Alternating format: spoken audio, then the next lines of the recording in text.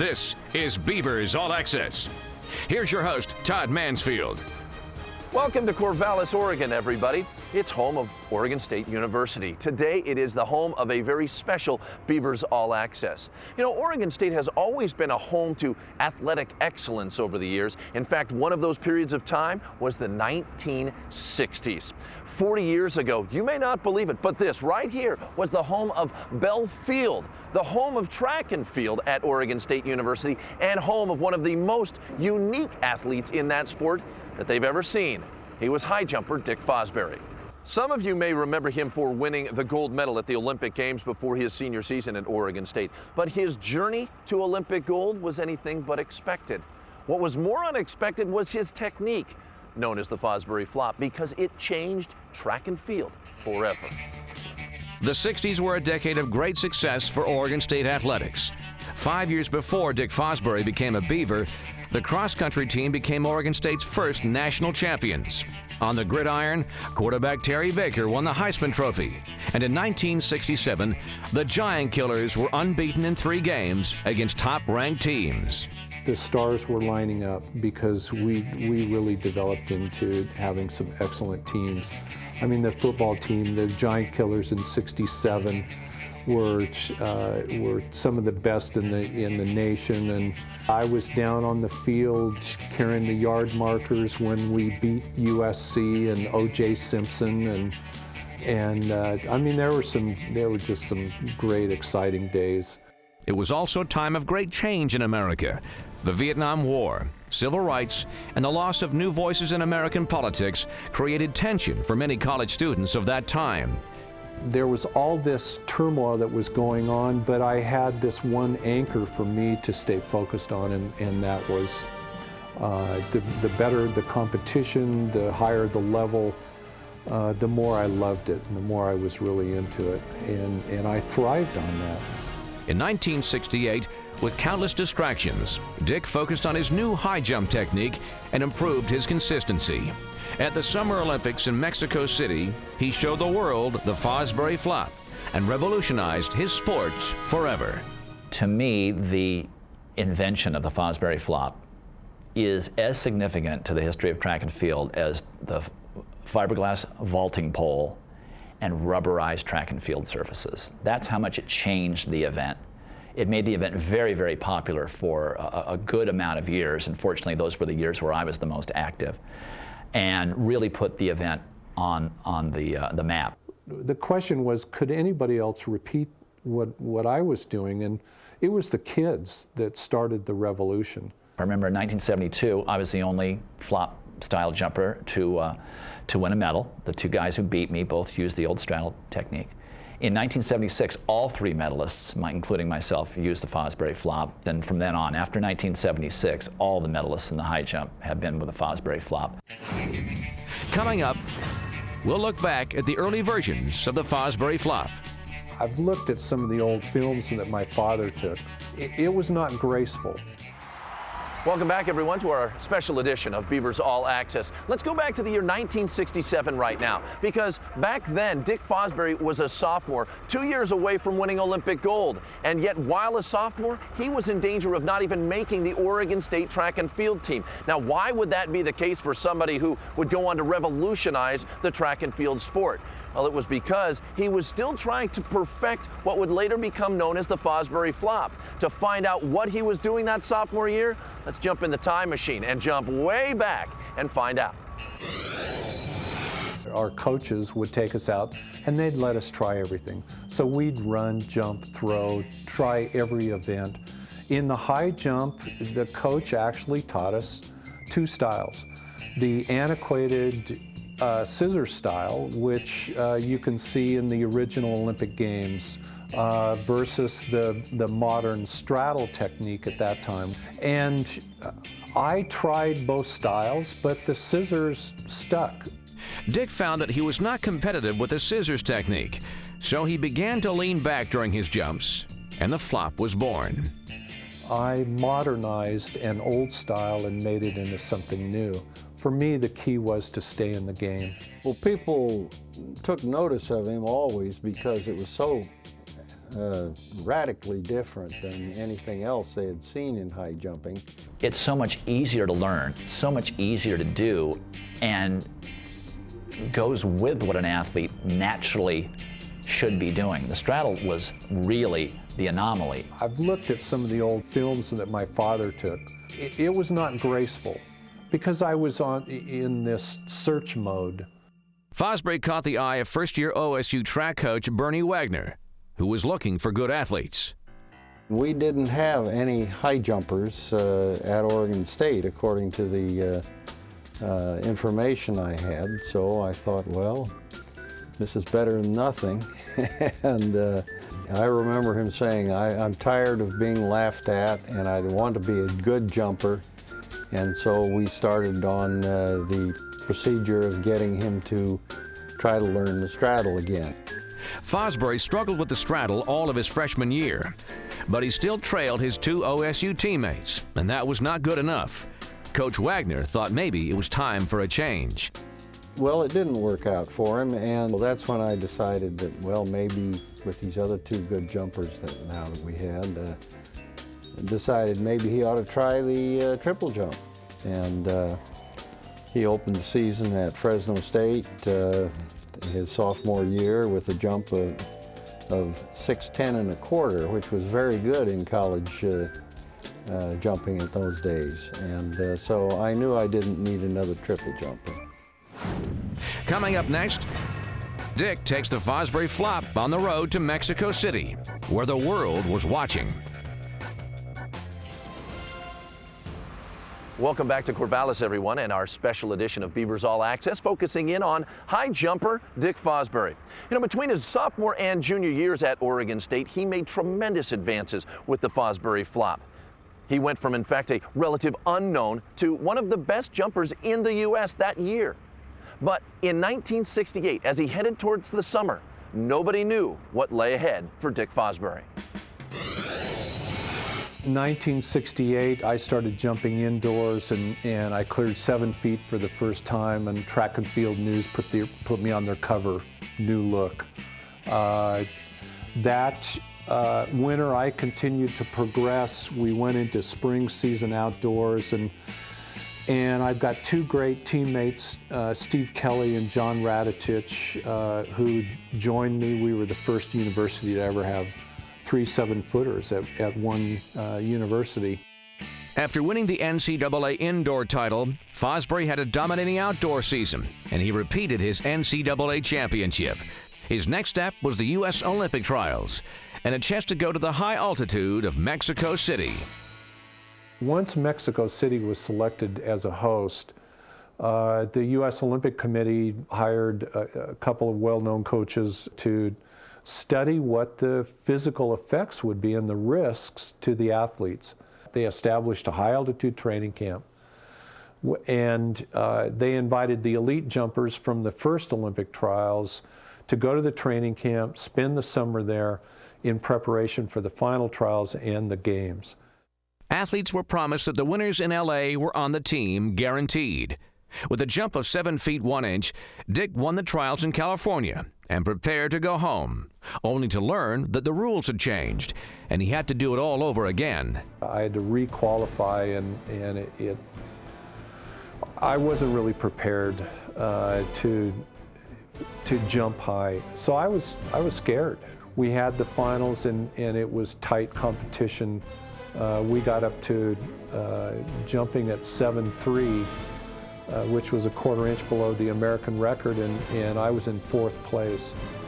And I had to make 7'3" on my first attempt to even stay competitive. He jumped a personal best of 7'3" at Lake Tahoe, but he only got 3rd in the trials. He barely made the team. Bernie Wagner told me it was the best jump he'd ever seen me clear. Now it was official. Dick Fosbury was headed to Mexico City, where he found all the pressure of the Olympic Games. I barely slept at all. I mean, I'd never been through anything like this. I'd never competed internationally. And a day before the qualifying round, I was running around in my Huarache sandals, and I slipped and sliced a dollar-sized slab of skin off my heel, off of my jumping foot. I was, really freaking out about that. Fortunately, the doctors patched me up, and when you're walking down under the stadium to go out into the field, all feelings go away, and it's just it's you and the competition. Everyone who shows up to the Olympics is ready to be at that level, certainly if they've made the U.S. Olympic team. You get it down to 12, 13, 14 people who are the most prepared they can possibly be. They're at the height of their strength, their speed, their technique, their approach. Everything is hitting on all cylinders. I had the best day of my career, peak performance. We were jumping 7.4 1/4, which was a national record, Olympic record, and it was between me and Carruthers. He made every height on his first jump. He didn't ever miss. If I missed that last attempt, he could have won that gold medal. And so with that pressure of him pushing me, I was able to make it. And there's that moment at peak height when there's space between my body and the bar, and that's when I knew I'd made it. I don't really remember landing in the pit. I just remember coming up in celebration, throwing my arms up, and I tried 2 more attempts at a world record, but I got most of my body over it, but I was done. I had gone beyond my dreams and reached a level that I'd never imagined. And I was happy. I was happy as could be. I could barely sleep that night. And the next day, ABC, of course, wanted me to come into the studio, and I sat down and was interviewed by one of my heroes, Chris Schenkel. Well, normally I would apologize for my guest with his back turned toward you, but in this case I don't have to, because he won the Olympic gold medal in the high jump, jumping backwards. I'd like you to meet Dick Fosbury. Dick, congratulations. Thank you very much. Must have been quite a thrill for you. Well, yes, it's been quite exciting ever since Sunday, and I've had quite a time, really. Well, what about this jumping backwards? When did it start? Well, it started 5 years ago when I was a sophomore in high school, and I'd been scissoring because I've never really been able to straddle, and as in one track meet, as the bar kept going higher, I started laying out flat on my back.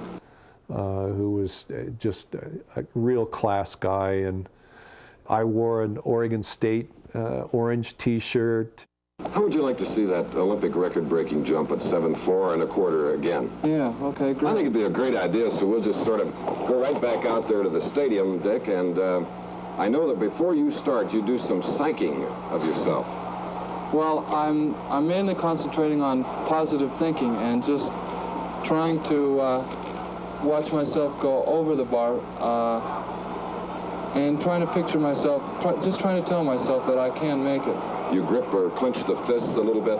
Yeah, well, I'm very tense. You're a pretty fast runner. Well, I And needless to say, a great high jumper. The gold medal winner, Dick Fosbury, and he is here with us in our studio from Medford, Oregon.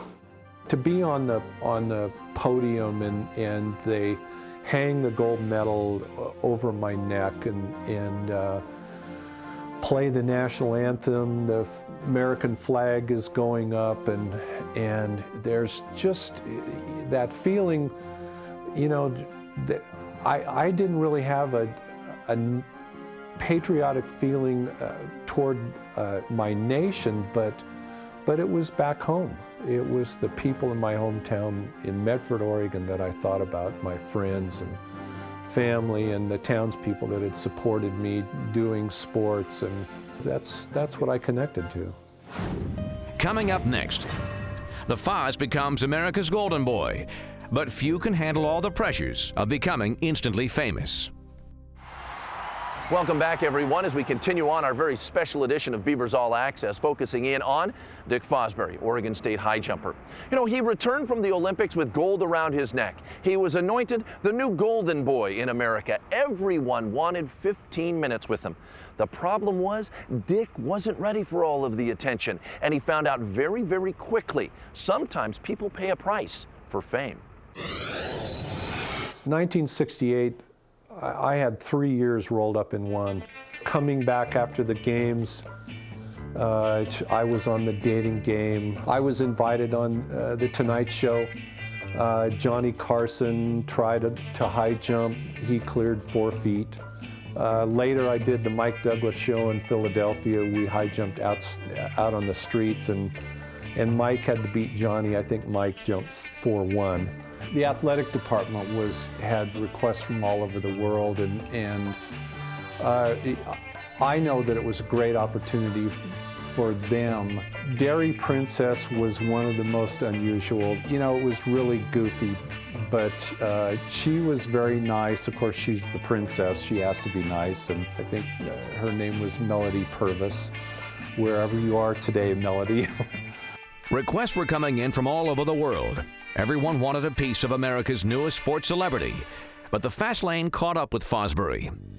My whole life had changed. I mean, I'd walk down the streets, any city in the United States, and people would say hi. They recognized my face. They knew who I was, and it was actually a challenge to adapt to that. People would either put me on a pedestal and put me above them, or if they saw me hanging out with my pals and drinking and having a good time, then they would be critical of me because I wasn't that golden boy of the Olympics. And I was very sensitive to that, and so I tended to kind of withdraw and avoid it. All the pressures away from school hampered his studies and forced Dick to drop out of engineering school. I transferred into School of Sociology and took classes in philosophy and religion. And I got a very broad education so that I could finish my eligibility as a senior at Oregon State. After sitting out much of the indoor season, Dick returned in the spring and defended both his Pac-8 and NCAA championships as a senior. But something was missing. I went to the Nationals and finished second. Was selected to go to Europe and be on the U.S. team, but I gave it a pass. I was done. I wanted to go home, you know, and just get back to normality. And I wanted to go back and study engineering. I wanted to finish what I had started. He came into the office and said, "Coach, can you help me get back into the School of Engineering?" And I made some contacts. And if I got the opportunity, I was on probation, and if I came back to engineering school, no jumping, okay? It's up to you, Dick. If you are serious about this and you want it, we'll give it to you. But it comes at a cost and a sacrifice, and I was willing to do that. Dick graduated from Oregon State with a civil engineering degree and has spent most of his professional career in Ketchum, Idaho. His engineering firm develops projects that make the Sun Valley area more enjoyable for the residents and countless visitors to this scenic mountain village. What I took away from Oregon State affected my whole life. It gave me my professional career. It gave me friends that I'm still in contact today, my best friends. I'm proud to have contributed to my sport. I've been blessed by my success. It's taken me places I could never have imagined. I've met people all over the world, and I've had a good life. The Fosbury Flop is still the world standard in high jumping. Dick's achievements, well, they were one of the many great stories to come out of Oregon State athletics in the 1960s.